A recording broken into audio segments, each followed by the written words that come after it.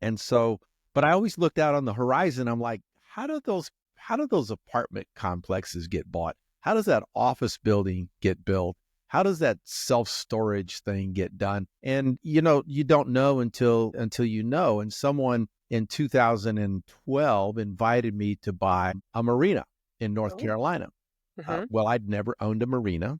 I'd right. never even owned a boat. In fact, I still have never owned a boat. But one day I woke up and I had 115 boats There you go. because there were 115 boat slips at this marina. And each one of those boat slips provided a monthly source of revenue, the rent.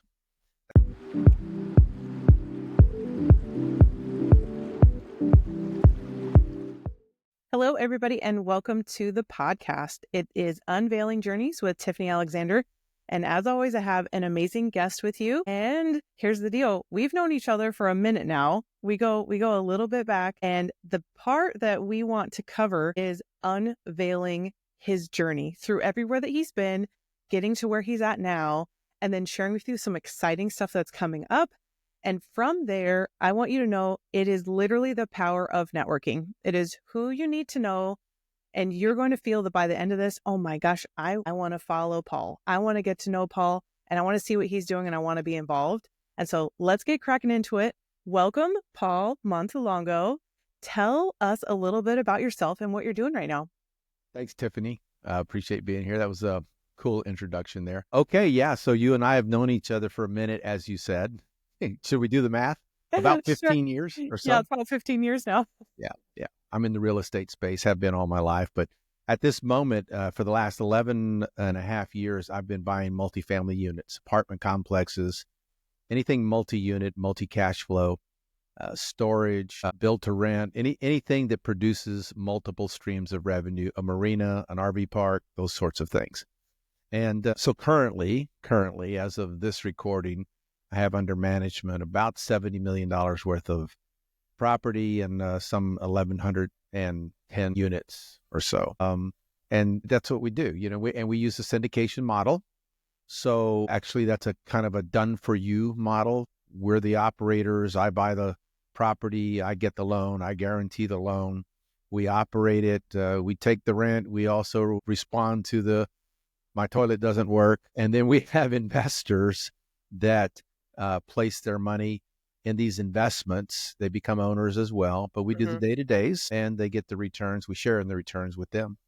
And so that's the model that we use now. I've been doing, like I said, been doing that now 11 and a half years and have plans to continue to do it. Oh, yeah. There is so much to unpack in all of this. Number one, myself coming from like seminar junkie, took your first seminar. At this point, it's like 19 years ago for me. Whenever you go take your first seminar and you learn how to flip a house, you learn how to wholesale, you learn how to have a rental, the big dream of all of those people that had to take their baby first step is like, I want to own an apartment complex, or I want to own a storage facility. Because let's have all the doors without all the toilets, right? And so growing from what it is that you thought you wanted to be when you grew up to going into this, let's start to unpack, let's unveil your journey. Where did you start in all of this? Because I know you didn't just wake up with 1,100 units, right? That's right. Well, so this multi-unit thing started in 2020. Mm-hmm. I had been flipping houses and doing single family residences, cash flow, what I now consider small transactions like that since I was 17 years old. I bought my first piece of land when I was 17 years old and I flipped it 2 years later. So I'm from a real estate family and I've been involved in real estate, construction, development, new home building, custom remodeling, insurance restoration, any and all things real estate construction related my entire life. And so, but I always looked out on the horizon. I'm like, how do those apartment complexes get bought? How does that office building get built? How does that self-storage thing get done? And you don't know until you know. And someone in 2012 invited me to buy a marina in North Carolina. Mm-hmm. Well, I'd never owned a marina. Right. I'd never even owned a boat. In fact, I still have never owned a boat. But one day I woke up and I had 115 boats. There you go. because there were 115 boat slips at this marina, and each one of those boat slips provided a monthly source of revenue, the rent. Yeah. Attached to this property, there was also an RV park. There were 24 RV spaces, and there were people that rented those RV spaces on a monthly basis. Some of them had been there 15 and 20 years. Wow. And so what I did was because I have this very strong construction background, I went in and I removed all the RV tenants and all the RV spaces, and I cleared it all out, built a new infrastructure, and we had 38 tiny homes built. And I had the tiny homes put in that place. And those became nightly cash flowing, cash revenue, rental, Airbnb rentals. And we became an Airbnb super host when that was a new thing for Airbnb. This was back in 2015, 16, by the time we got it going. And then that particular property had at one point 13 sources of revenue. It had the boat slips, it had a boat club, it had a boat rental, it had the RV spaces, it had storage, it had boat parking, it had the cabins, it had events, weddings and concerts and those things like that. So this really demonstrated to me the power of multiple streams of revenue under one transaction. Because when you flip a house, now that I know what I know, when you flip a house, that's a transactional event. Right. You buy it, you fix it, you market it, you flip it, you get paid, you go do it again. Even if you're doing 5, 6, or a dozen at a time, they're still transactional events. Unless you hold them and then rent them, then now your wealth begins to grow. So it made a lot of sense to me to get one transaction, one closing, one acquisition with multiple streams of revenue. And so then I had 2 partners on it. I was brought in because I could contribute capital to it, and I had the business experience and business acumen, and I was willing to move to North Carolina. So the lender required that one of the owners live in North Carolina. Well, yeah. At the time I was living in Las Vegas. Oh, you're Las Vegas. I was like, where'd you move from? Yeah. At the time I was living in Las Vegas. I'd been living in Las Vegas for 8 years. And I thought, okay, this would be a new adventure, which, by the way, I know we're going to talk about this, but adventure is a very high value in my value structure. I have learned. I didn't know it at the time, but I have learned it's very high value in my value structure. But so I moved to North Carolina and I operated it. And then 2 or 3 years, 3 years later, I sold out to my partners and I moved back to Texas, where I'm from. So that's the multi-unit, multi-family journey. And then, of course, along the way, I've bought apartment complexes and I've done 14 transactions of those kinds of units, those kinds of properties, and we built out a management team and an operations team and an acquisition team and those sorts of things. And today, my main function is finding really good deals, obtaining the lending, the loan, the debt, and sourcing equity and dealing with lawyers. Right. And so that's pretty much what I do on a daily basis. And that allows me to grow the business, to expand, our acquisitions and our holdings. Right. There's something that you mentioned I want to touch on, and it's something that some people tend to overlook, no matter what type of a transaction that it is that you're doing. And you said at one point you got the number of sources of income up to a certain point in a property. And that is what I like to call bringing a property to its highest and best use. It sounds like that seems to be one of your expertise at the moment, because we're not just going to sit on a couple of boat slips, right? Or sit on a couple of slots. You're able to identify some of these things. How did you get inspiration to do that? Well, for me, I was very fortunate to have 2 mentors. The partners that I had in that very first transaction, they had been doing this for a while. And so these gentlemen mentored me. They were very gracious with their time and educational time, educational resource. So they mentored me. But what I learned was that the right property, at least the right property for me to buy, is one that I can force the appreciation. So it's got a little it's not a deadbeat property. It's just got a few little things that need to be tweaked. Poor management, rents are under market. Maybe there's bad advertising. Maybe they got bad Google reviews. The property is not, property needs some TLC. So not a major overhaul, but just enough where we can improve it, force the rents up that the market will allow, which then forces the appreciation or the value up, which then makes it attractive to resell 4 or 5 years after we acquire it. So it's a strategy called forced appreciation. Value add, it's often referred to as value add. We're adding value to the property. And, it made a lot of sense to me with my background because as a remodeler and as a flipper and as a construction guy, I had that know-how and Yeah. I had that vision. Okay, I can see a thing and I can see what the thing can look like at the end of the process. And if that thing looks like it also has money attached to it, that's what I can really see. Right. Do you feel like your favorite is buying something that you can add value to or starting from scratch, like just getting into the land and building all over? That's a great question because right now I buy things that are existing and I improve.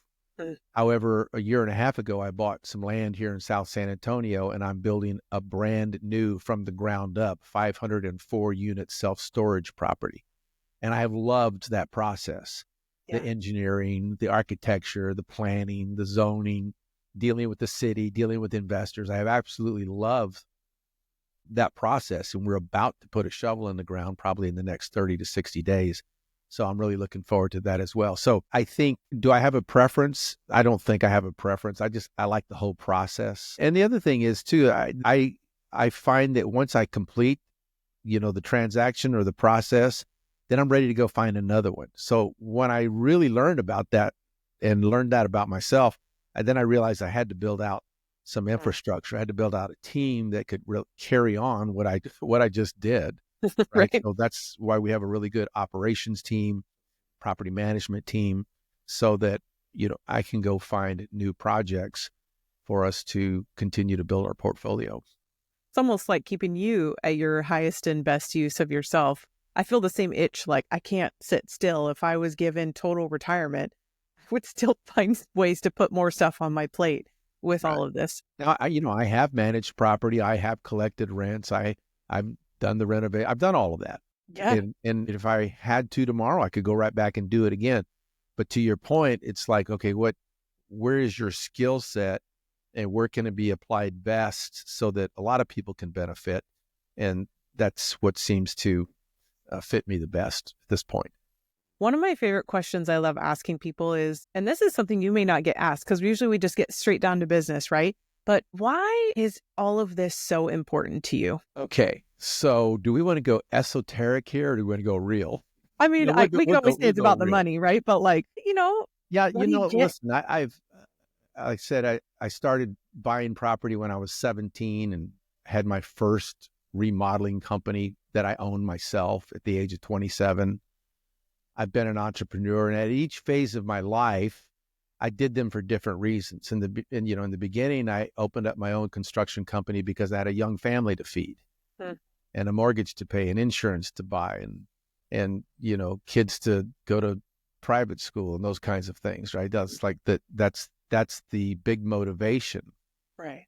I got a little bit older and I got a little different phase in my life. Kids went off, finished college and went off and went away. And then I found myself doing things because I wanted to like expand and grow outside of what my knowledge base was and get challenged in different ways. Like, how can I use my skill set? And then I think now I have like a different motivation, and that is I have a big family. I have my wife and I are the patriarch and matriarch of our families because our parents are either deceased or about to be, right? So we've assumed that role. So we want to be a good example. So I want the kids and the grandkids, even though our kids are grown adults, right? I want everybody to say, okay, these parents of ours, these grandparents of ours, they're hustlers, they haven't stopped. And the other thing is too, I made a conscious decision a few years ago that in this last third of my life, I'm going to squeeze everything out of it that I possibly can. I'm not going to leave anything on the table. And so that's a conscious decision that I made. It's like that for me is, I've been very blessed to have a lot of experience. So how can I use that experience? How can I share that experience? How can I empower others to do similar feats? And that's just, I can only do that by staying in the game and being an example.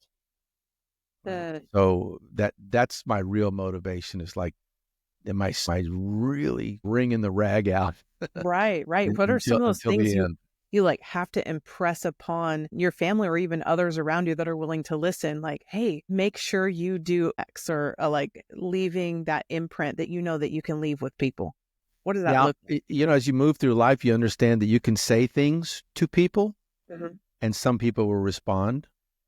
You can teach people, some people will respond, or you can be an example and more people will respond to the example without the words, Hmm. without the teaching, just your behavior, just your actions. More people will pay attention to that than anything you can say. And so I do it for, my own personal satisfaction. And part of the personal satisfaction I like to think is that hopefully I'm providing an example to people to really try to get the most out of themselves that they possibly can. Right.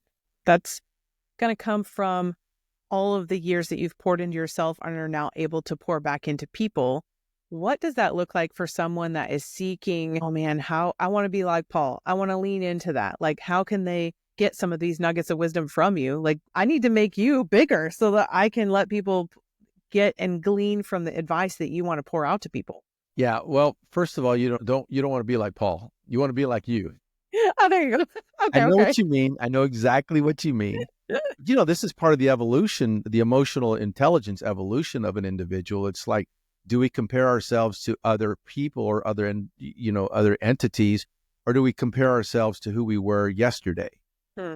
Ourselves? Are we measuring up to who we want to be tomorrow, while being present, while being in the moment? So I understand what you mean. I understand completely what you mean in that there are individuals that I mentor and coach and teach Hmm. and train. And, we go through the technicalities of the business, go through the psychology and the mindset of the business.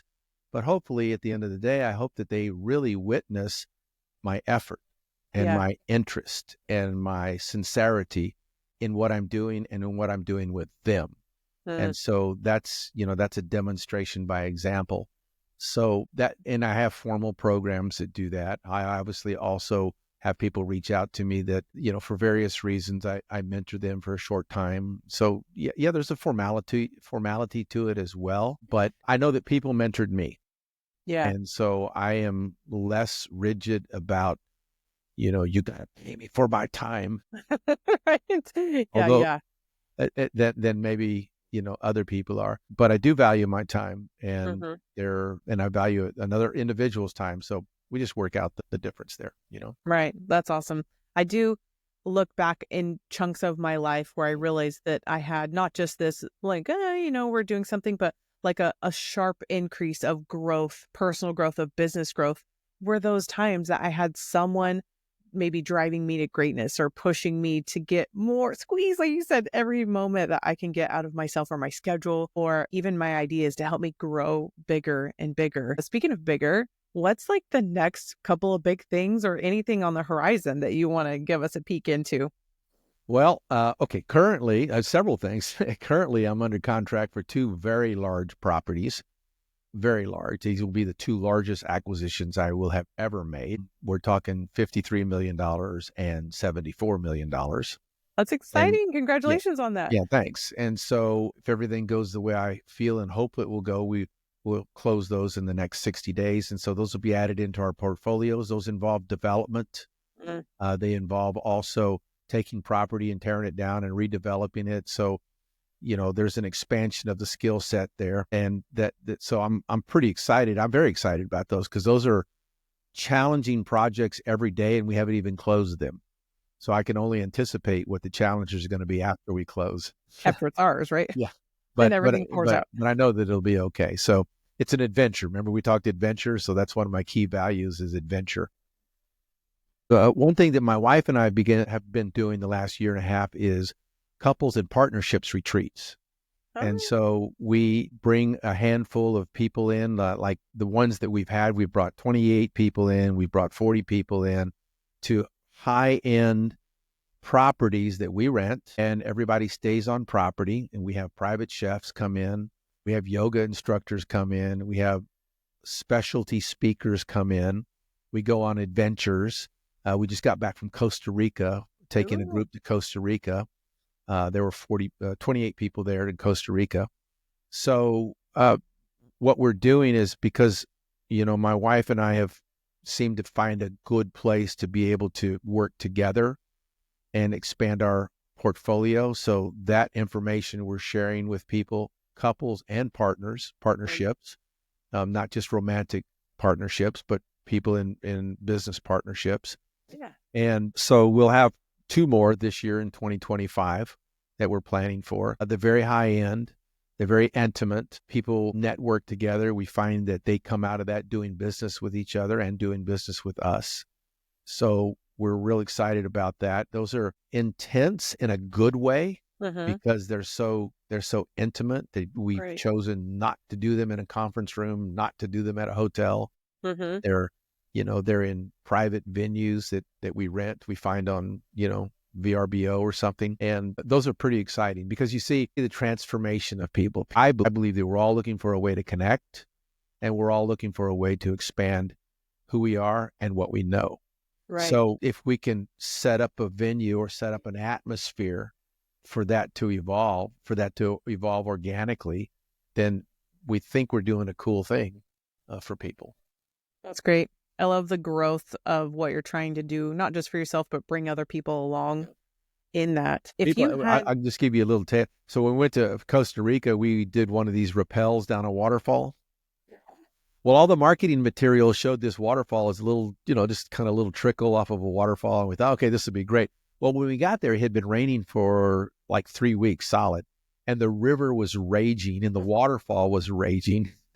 And the guides were like, there's a lot of water. They kept on saying, there's a lot of water. There's a lot of water.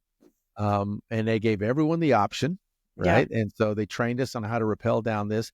And every person that went rappelled down this waterfall. And it was like this huge metaphor for, okay, what other hard things do you do in your life that you can take on and you can defeat? And we had, I just know we had a couple of attendees there. They were small women. They were like 5 feet, maybe 110 pounds. And they took it on like the big guys did, right? So it was nice. It was very rewarding to see that. And, once it was done, we said, okay, so what did you learn about yourself? And what did you learn about the group, and the feedback that we got was just amazing. People that we, that it was easy for us to judge and say, oh, this person's a baller. This person got it going on. This person got all the confidence in the world. For them to say, oh, listen, I was not confident, but I took it on head on anyway. Right. That's an impressive thing when people face their fears and they face their hesitations and go for it anyway. So that little adventure was very rewarding. That's great. See, Tony's got a firewalk and Paul's got the waterfall walk. Yeah. You can cool off in the water after the firewalk. Right. Yeah. No, I did. I've done Tony's firewalk 3 times. Yeah. Oh, 3 times. That's awesome. Yeah, it's cool. Yeah. Oh my God. But at this point, everybody knows that you're doing amazing things and that you're available to want to network more, the power of the connections of +1. I think at this point, we don't have 7 degrees of separation with everyone in the world now. It's really like 2, maybe 3 if you're kind of a hermit, right? So it's like, how do you get to know more people? And I'm just going to tell everybody, there's links down below. I want you to connect, follow, and just check out everything that Paul's doing. Paul, what is your favorite website that you want to send people to? Because at this point, they're thinking, I need to know you. I want to hear more about your projects that are going on. Yeah, let's go to montelongocapital.com. And on that page, there are all of our social media links, ways to get on our newsletter, ways to see the events that we're holding, montelongocapital.com. All the information about us, my bio, all of our projects in our portfolio. So it's pretty comprehensive. And again, it'll take you out to all the social sites. And that's, we produce a lot of content out there in our social sites. That's really the best way. And I would just say there's also a calendar there. I would say reach out if this is, if there's something you need to discuss, reach out and we can set an appointment and I'm happy to give you some time. I love it. Let's end with, what's like one of your favorite pieces of advice or little nuggets you like to leave with people? If they're like, Paul, I need something, just tell me the next thing I can get to my next thing. What does that sound what like? I tell myself at 20 years old. Yeah, there we go. That kind of question. I would say, I had this conversation with my son the other day, right? And I said, just be you. Just do you. You're an amazing human. Just do you. And every one of us has individual qualities and gifts and skills and awarenesses that we can share. And so whatever that looks like, don't worry about what other people think about you. Don't worry about what other people are doing in terms of comparing yourself. Make a commitment to yourself to just do you and just do the best possible version of yourself that you possibly can, and you'll figure it out. You'll figure it out. Don't be hard on yourself. No need to beat yourself up. This life was given to us for us to experience every facet of it. So go out and experience it.